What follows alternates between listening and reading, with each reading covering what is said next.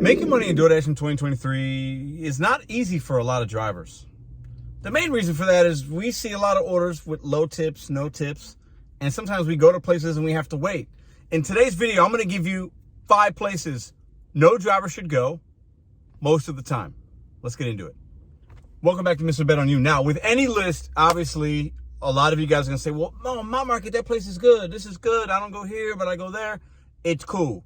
Generally speaking, the 5 places I'm going to give you, if you do too many orders at these places, you are missing out on money because you're spending time on low-paying orders. Now, these 5 are not in any particular order. I'm going to start with the one for me that has been the worst. Now, I've been to all of these places at some point, but I haven't been to any of these in a minute.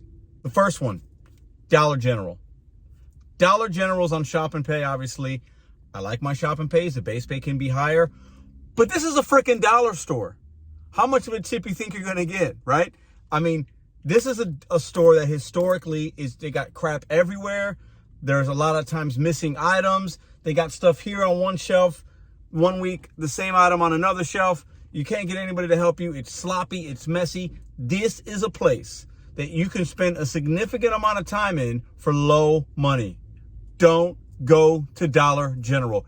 Even if the order might be looking okay, it might be paying you $10 for a mile. It might take you 30, 40, 50 minutes to complete that order because you're trying to find things in a ridiculous store. Do not go to Dollar General. That's number 1. You guys tell me right now in the comments. I read some yesterday in yesterday's video. What are places you don't like to go and why? Second, McDonald's. Listen, I know. You see a lot of McDonald's in your market, I'm sure. I've been to McDonald's hundreds of times in my DoorDash life. I don't really go as much anymore. A lot of the payouts, the suggested tip on a lot of McDonald's orders is $2, $3, $4. The payout ain't going to be great. Sometimes the lobby might be closed. Long lines. You get into places that are busy in the middle of lunch. McDonald's is usually busy in most markets. I don't go to McDonald's. I avoid it. It doesn't mean you can't make some good paying offers with McDonald's. But that's a place that if you're doing, as a driver, if you're picking up a significant amount of DoorDash, Uber Eats deliveries from Mickey D's and you're delivering chicken McNuggets, you're probably not making good money. Number 3, listen, Wendy's. Most Wendy's are trash. Wendy's is on most people's list when I see and read comments and hear about it. Wendy's, a lot of times, lobby's closed, got to go through a drive-through. That takes time. But also, they don't make the order, in my experience, until you get there sometimes. So you're waiting. And once again, like McDonald's, this is a fast food joint. You're going to see some will be good, but the amount of time you're spending on a $2, $3, $4, $5, $6 order can be significant at a place like Wendy's. Plus, Wendy's, historically, in my market, the staff's cranky, they're grumpy, and they move slow. Wendy's is number 3 on my list. Number 4, White Castle. Hey, I like a good slider every once in a while, but White Castle's closed all the time. Now, they are a late night joint, so if you're a late night driver, that might be one of the places you have to go because it's only one of the only places open 24/7 in some cities, right? But those lines be long. The payouts, they can be good. They can also be really low. We're dealing with fast food once again. But these lobbies being closed in my market and the staff, they're working hard at White Castle. Most of the time, they're doing what they got to do.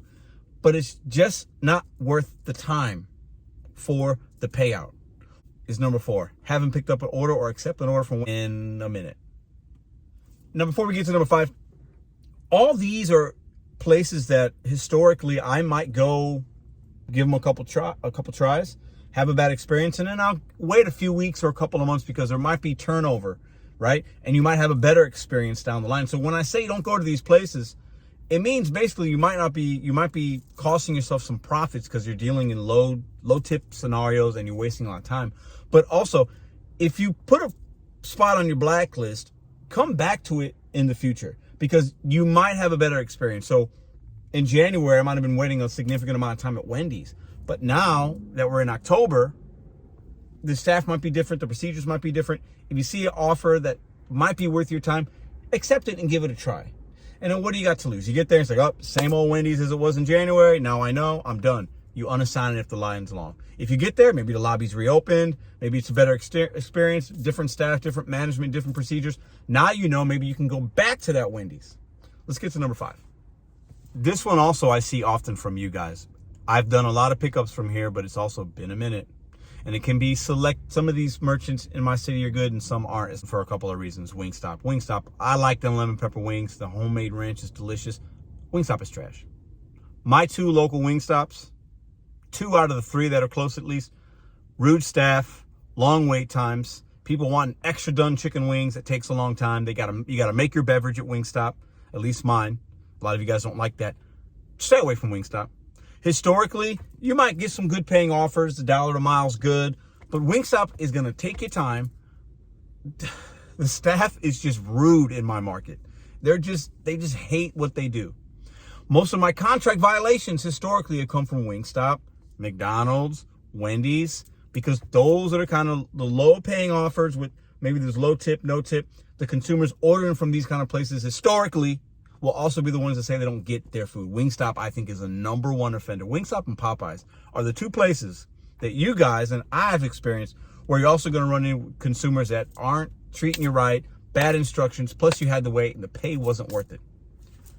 Wingstop is number 5. And listen, just a disclaimer, I want to hear from y'all. How out of those 5 I just gave you guys, do they match with you? Which ones are different? You guys let me know. Out of those 5, which do you go to regularly and you make good money? Now, I want to give you guys a few opinions as to places you can go to actually make more money. So I highly recommend, obviously, the shop and pays, okay? So your local grocery stores, your BJ's, your local Jewels, I have a Deerbergs, we have all these everywhere. I recommend those. The base pay on those is always super high. I see $7 to $15 base pay, and if there's a tip, it's good. Now, you want to try to do some of those and learn those learn those merchants, because the base pay is good, the cash flow is good, it's fantastic. Now, I also highly recommend your locally owned restaurants. Some of you guys might not like those. Some of those places might not be ran well. In St. Louis, I have good ones and bad ones. But when you learn your local pizza joint, your local barbecue joint, your local Chinese joint, your local Italian restaurant, I love those places for 2 reasons. A lot of times, at least in my market, the consumer ordering from a local joint that they might live by, they sometimes tip pretty well. They're trying to patronize a small business, and those kind of consumers I really like to deliver to. Plus, I like actually doing business with a locally owned joint. I feel like I'm helping my community. It's a local business. It's a mom and pop shop. I really, really, really like that. And it's easier for me to build relationships with those places.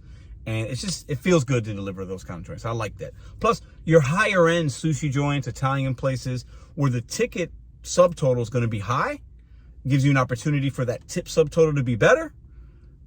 Delivering from places like that, steakhouse, positioning yourself in an area where there's 4 or 5 nicer places versus 4 or 5 fast food joints. The fast food chains and restaurants are kind of everywhere, right? And you can get some decent paying offers there, right? But if you can position yourself where your subtotal's higher, you're going to make more money week over week. Appreciate you guys for watching this video. Let me know what you think about my list in the comments down below. I'll probably be making a top 5 places that I like to go to in St. Louis and see how that matches your list. You guys are absolutely amazing. I want you guys to maximize your profits and be as cost effective as possible while having a great experience. The less fast food delivery you do overall, now we're going to do some. Okay, I do some at least 1 or 2 a day at certain times of the day. But when it's prime time, stay away from those 5 places. What are your 5? Put them in the comments below. Appreciate y'all. I'll see you guys tomorrow.